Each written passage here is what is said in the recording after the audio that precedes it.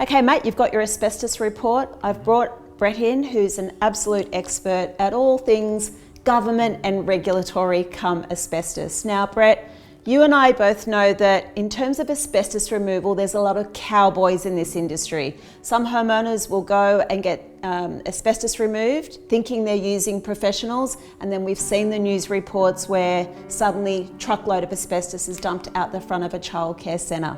So to avoid all of that sort of stuff happening, what do homeowners need to look for in terms of appointing a licensed asbestos remover? They need to ensure the contractor, the actual company, has a licence, and they can find this out by going to WorkSafe or Safe Work in their particular state, and they can go online and search this to make sure that they actually have a contractor's licence.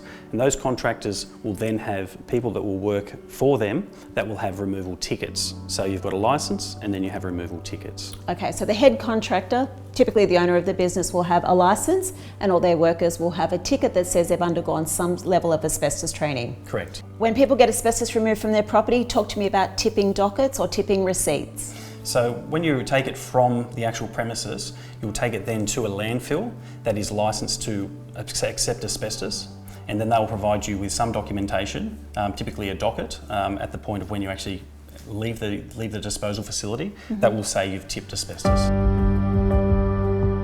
If you want to take asbestos removal legally, I advise that you engage a licensed asbestos removal contractor and licensed company.